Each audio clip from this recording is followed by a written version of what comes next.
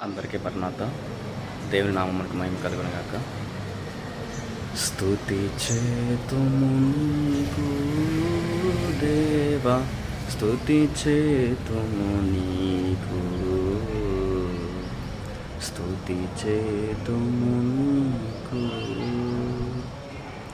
వేడుకొనక ముందే ప్రార్థన విని ఉంటివి దేవా,